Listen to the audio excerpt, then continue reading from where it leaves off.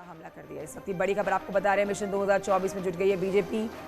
ये बड़ी खबर आपको बता रहे हैं, बीजेपी संसदीय बोर्ड का गठन किया गया है, केंद्रीय चुनाव समिति का भी गठन हो चुका है। बड़ी खबर आपको बता रहे हैं। तो मिशन 2024 की तैयारी अब जोरों पर है। बीजेपी संसदीय बोर्ड का गठन हुआ, केंद्रीय चुनाव समिति का गठन बीजेपी अध्यक्ष जेपी नड्डा ने किया है गठन। संसदीय बोर्ड में 11 लोगों को जगह दी गई है, चुनाव समिति में 15 लोगों को जगह दी गई है। इस वक्त की बड़ी खबर आपको बता रहे हैं। तो बिगल बच चुका है 2024 को लेकर। 2024 को बम्पर जीत लाने के लिए अब बीजेपी ने तैयारी पूरी कर ली है। आपको बता रहे हैं इस वक्त की बड़ी खबर, बीजेपी संसदीय बोर्ड का गठन किया गया है, केंद्रीय चुनाव समिति का भी गठन हो चुका है। बीजेपी अध्यक्ष जेपी नड्डा ने किया है गठन। संसदीय बोर्ड में 11 लोगों को जगह दी गई है, चुनाव समिति में 15 लोगों को जगह दी गई है। विनीत मेरे सहयोगी और जानकारी के साथ फोन लाइन पर मौजूद है। विनीत, ये बिगुल बज चुका है, 2024 को लेकर बीजेपी संसदीय बोर्ड का गठन किया गया। जी निश्चित तौर पर कंचन, मैं आपको बताना चाहूंगा कि बीजेपी संसदीय बोर्ड का जो गठन है काफी समय से प्रतीक्षित था और उसका गठन जो है वो जेपी नड्डा ने कर दिया है। एक महत्वपूर्ण जानकारी जो मैं आपको बताना चाहूंगा कि 11 सदस्य इसमें होंगे, जिसमें बीजेपी के राष्ट्रीय अध्यक्ष जेपी नड्डा हैं, प्रधानमंत्री नरेंद्र मोदी हैं, केंद्रीय गृह मंत्री अमित शाह है, रक्षा मंत्री राजनाथ सिंह है। इसके साथ ही साथ कर्नाटक के जो पूर्व मुख्यमंत्री हैं बीएस येदियुरप्पा, उन्हें शामिल किया गया है। सर्बानंद सोनोवाल जो केंद्रीय मंत्री है उन्हें शामिल किया गया है। के लक्ष्मण भी वे सदस्य होंगे। इसके साथ ही साथ इकबाल सिंह लालपुरिया, श्रीमती सुधा यादव को इसमें शामिल किया गया है, सत्यनारायण जेटिया को इसमें शामिल किया गया है।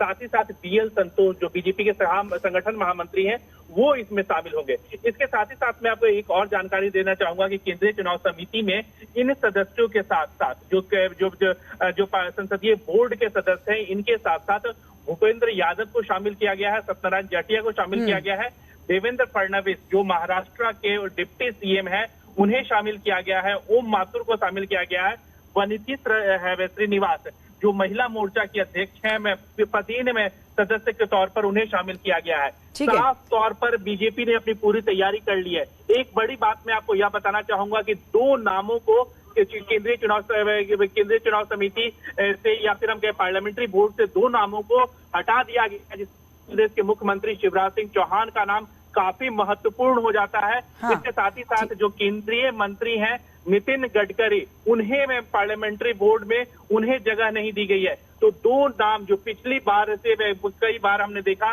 कि नितिन गडकरी शामिल रहे, शिवराज सिंह चौहान को शामिल किया गया था, तो शिवराज सिंह चौहान और नितिन गडकरी को पार्लियामेंट्री बोर्ड में इस बार जगह जो है वो नहीं मिली है। जी कंचन, एक सवाल और मैं आपसे जानना चाहूंगी विनीत के बीजेपी के राष्ट्रीय अध्यक्ष जेपी नड्डा ने गठन कर दिया है, जिसमें आप बता रहे हैं कि संसदीय बोर्ड में 11 लोगों को जगह दी गई है और चुनाव समिति में 15 लोगों को जगह दी गई है। एक सवाल ये बनता है कि जो बीजेपी शासित राज्य है, क्या वहां का कोई मुख्यमंत्री भी इन लोगों में शामिल हो पाया है, संसदीय बोर्ड के 11 लोगों की जगह में या फिर चुनाव समिति के 15 लोगों में? जी मैं आपको बताना चाहूंगा, अगर बीजेपी शासित राय जा रही थी कि हो सकता है कि इस बार जो है वो उत्तर प्रदेश के मुख्यमंत्री योगी आदित्यनाथ को केंद्रीय चुनाव समिति या संसदीय दल में शामिल किया जाए, लेकिन ऐसा इस बार नहीं हमें देखने को मिला। और इसके साथ ही साथ मैं आपको बताना चाहूंगा कि इस बार जो है वो येदियुरप्पा को शामिल किया गया है, बीएस येदियुरप्पा को शामिल किया गया जो पूर्व मुख्यमंत्री थे। इस बार जो अगर हम बात करें, जो मध्य प्रदेश के मुख्यमंत्री थे शिवराज सिंह चौहान, उन्हें शामिल नहीं किया गया है। इसके साथ ही साथ अगर हम लिस्ट को देखें तो कोई भी मुख्यमंत्री जो है वो शामिल नहीं है, लेकिन हाँ इतना जरूर है कि डिप्टी सीएम के तौर पर जो देवेंद्र फडणवीस है उन्हें केंद्रीय चुनाव समिति में शामिल किया गया है। जी बिल्कुल, लंबे समय से इंतजार था विनीत कि जल्द से जल्द 2024 को लेकर इस संसदीय बोर्ड के सदस्यों के नामों का ऐलान कर दिया जाए, जिस पर आज बड़ी अपडेट आई है कि बीजेपी अध्यक्ष जेपी नड्डा ने गठन कर दिया है संसदीय बोर्ड का और 11 लोगों को जगह दी गई है, चुनाव समिति में 15 लोगों को जगह दी गई है। विनीत, यानी कि अभी मान के चले 2024 को लेकर तैयारियां शुरू हो चुकी है। अब ये तैयारियां जमीन पर लाने के लिए बीजेपी पूरी ताकत झोंकेगी और जो बड़ी जिम्मेदारियां बड़े चेहरों को दी गई है, बड़ी उनसे उम्मीद रखी जाएगी कि 2024 बम्पर जीत के साथ एक बार फिर से वापसी वाला साल हो। जी निश्चित तौर पर जो अगर हम बात करें 2024 की तैयारी जो है वो बीजेपी पूरी तरह से शुरू कर दी है। जैसा कि हमने देखा कि बीजेपी ने इसको लेकर के खाका भी जो है वो तैयारी कर लिया है। जो कमजोर बूथ हैं उन पर अपनी तैयारी पे शुरू कर ली है। इसके साथ ही साथ जो कमजोर सीट है उस पर भी बीजेपी ने अपनी पूरी तैयारी कर ली है। और जैसा कि अब हम देख रहे हैं कि न सिर्फ संसदीय बोर्ड का गठन किया गया है बल्कि केंद्रीय चुनाव समिति का भी गठन किया गया है। तो बीजेपी ने जो अपनी पूरी तैयारी है 2024 की उसके लेकर के जो होमवर्क है वो बीजेपी ने अब पूरा कर लिया है। अब जो शुरुआत बीजेपी करेगी उन होमवर्क को जो उन्होंने स्ट्रैटेजी जो बनाई है उसे अब कैसे इंप्लीमेंट किया जाए और इसके लिए जो बीजेपी ने जो अपने नेताओं का चुनाव है वो चुनाव कर लिया है। पार्लियामेंट्री बोर्ड के नेताओं का चुनाव कर लिया है। केंद्रीय चुनाव समिति के लोगों का चुनाव कर लिया है।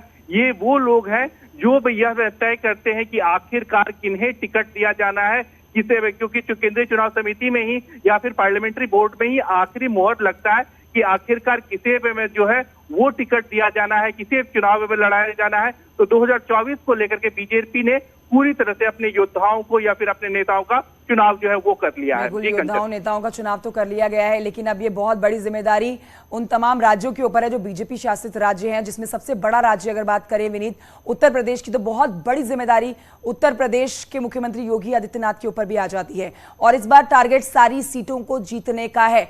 ये मैं लौटूंगी आपके पास। पवन गौड़ भी इस समय हमारे साथ जुड़ चुके हैं लाइव। सीधे रुख करते हैं दिल्ली की तरफ, पवन गौड़ से और जानकारी लेते हैं। पवन गौड़, ये आज का एक बड़ा अनाउंसमेंट है, एक बड़ा डेवलपमेंट 2024 को लेकर। बीजेपी अध्यक्ष जेपी नड्डा ने गठन कर दिया है संसदीय बोर्ड का, जिसमें 11 लोगों को जगह दी गई है और चुनाव समिति में 15 लोगों को जगह दी गई है। शंखनाद हो चुका है 2024 का।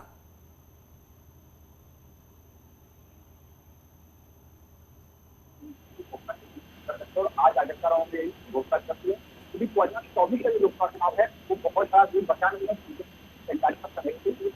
और अब नई टीम की घोषणा जो करती है। अगर आप टीम को देखें तो टीम में कांग्रेस रक्षा मंत्री राजनाथ सिंह जो कि पुराने पार्लियामेंट थे, उसके साथ साथ जो अगर नए लोगों की बात करती है येदियुरप्पा जो कर्नाटक के पहले ठीक है पवन, मैं रोकूंगी आपको, आपकी आवाज ठीक से नहीं आ रही है। मैं लौटूंगी आपके पास, बहुत महत्वपूर्ण जानकारी आप दे रहे हैं हमारे दर्शकों को।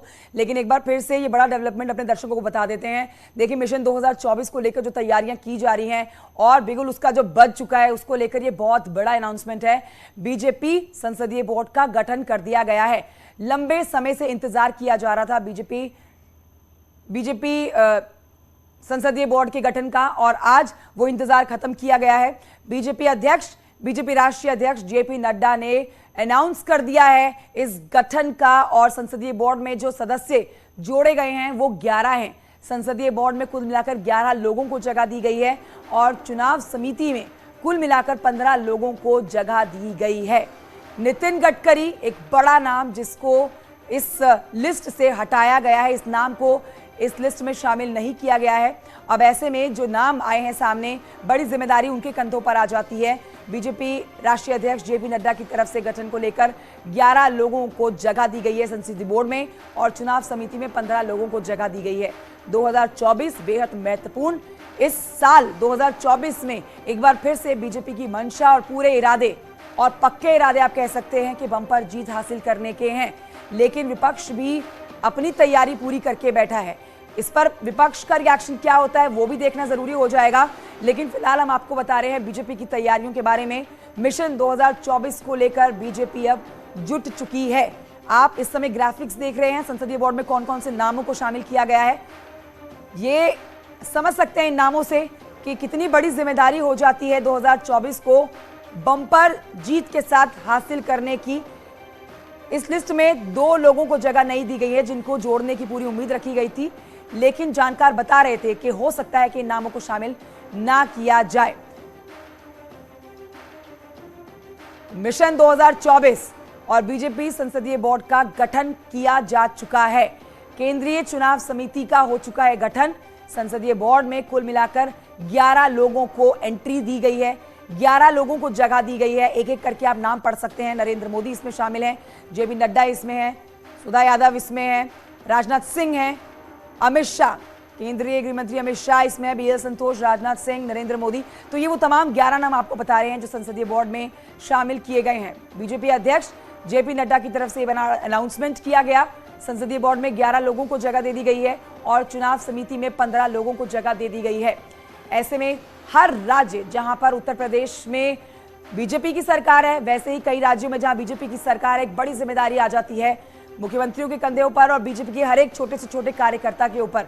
पवन गौड़, एक बार फिर से हमने उनसे संपर्क साधने की कोशिश की है, बात करते हैं पवन गौड़ से। पवन गौड़, हम लिस्ट दिखा रहे हैं उन 11 लोगों की संसदीय बोर्ड में जिनको जगह दी गई है, जिसमें सबसे ऊपर नाम मुख्यमंत्री, माफ कीजिए, प्रधानमंत्री नरेंद्र मोदी का है।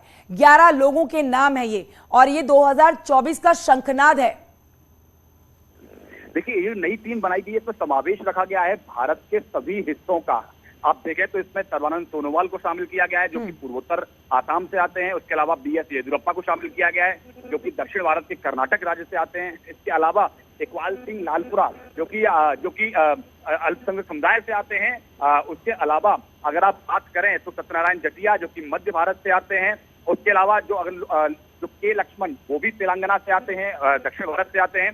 तो तमाम जो लोग हैं पूरे भारत का उन्होंने सामंजस्य बिठाने की कोशिश की है इस पूरे पार्लियामेंट्री बोर्ड के अंदर।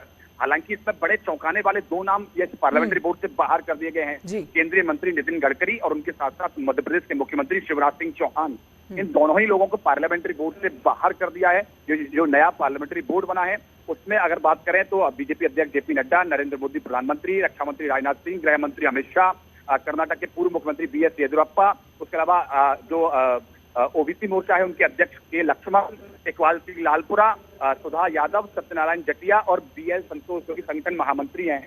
और इसके साथ साथ क्योंकि जो केंद्रीय चुनाव समिति का भी गठन हुआ है, केंद्रीय चुनाव समिति में अगर बात करें तो जो पार्लियामेंट्री बोर्ड के सदस्य हैं वो सदस्य तो रहते ही हैं, उनके अलावा कुछ और लोगों को भी शामिल किया जाता है। जैसे अल्पसंख्यक समुदाय की अगर बात करें, इकबाल सिंह लालपुरा जो कि पार्लियामेंट्री बोर्ड में भी है। महिला मोर्चा की जो पदेन अध्यक्ष होती हैं वो इसका हिस्सा होती हैं। जैसे अभी समय पी श्रीनिवास हैं महिला मोर्चा की अध्यक्ष, तो वो इसमें है। ओम माथुर को भी शामिल किया गया है जो कि राजस्थान से एक बड़ा चेहरा है। राजस्थान में अब हाल ही में विधानसभा चुनाव भी होना है अगले साल।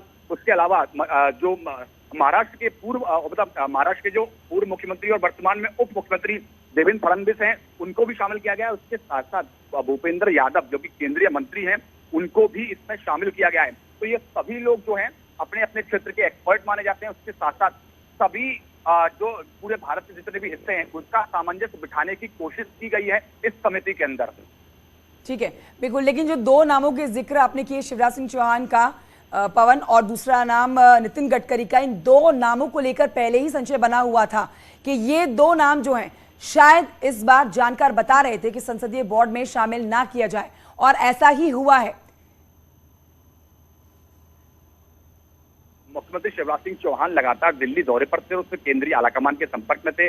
जब भी आपने देखा कि जब भी दिल्ली आते थे तो गृह मंत्री अमित शाह और किशन महामंत्री BL संतोष के साथ उनकी मुलाकात होती थी। उसके अलावा बीजेपी अध्यक्ष के साथ मुलाकात होती थी। तो उनको पहले ये संदेश दे दिया गया था कि अब आप, क्योंकि आप पुराने पार्लियामेंट्री बोर्ड का हिस्सा रहे हैं, अब नए लोगों को इसमें संगठन में जगह देनी है, इसलिए कुछ लोग को बाहर करना होगा। तो उनको पहले ही संदेश दे दिया गया था। हाँ, लेकिन एक नाम नितिन गडकरी, ये बड़ा चौंकाने वाला है क्योंकि नितिन गडकरी को संघ का बड़ा करीबी माना जाता है, नागपुर का बड़ा करीबी माना जाता है, और इसीलिए उनको वो एक बात मंत्रियों में से ये कहते हैं जिनके काम में बहुत ज्यादा इंटरफेरेंस किसी और का नहीं होता है। अगर केंद्रीय मंत्रालय की बात करें तो ये नाम बड़ा चौंकाने वाला है अपने आप में, नितिन गडकरी को पार्लियामेंट्री बोर्ड से बाहर करने का। हालांकि उसके पीछे तर्क यही दिया जा रहा है, लोगों को शामिल करना था, पूरा सामंजस्य बिठाना था उत्तर दक्षिण पूरब पश्चिम सभी राज्यों के हिसाब से, इसलिए कुछ लोगों को बाहर करके नए लोगों को मौका दिया गया है। बिल्कुल, नितिन गडकरी का नाम चौंकाने वाला है। लेकिन पवन गौड़, अब इस बात को समझना होगा कि संसदीय बोर्ड में जो ये 11 लोग हैं जिनको जगह दी गई है और चुनाव समिति के जो 15 लोग हैं, अब एक बार शुरू करना होगा 2024 की जंग को लेकर।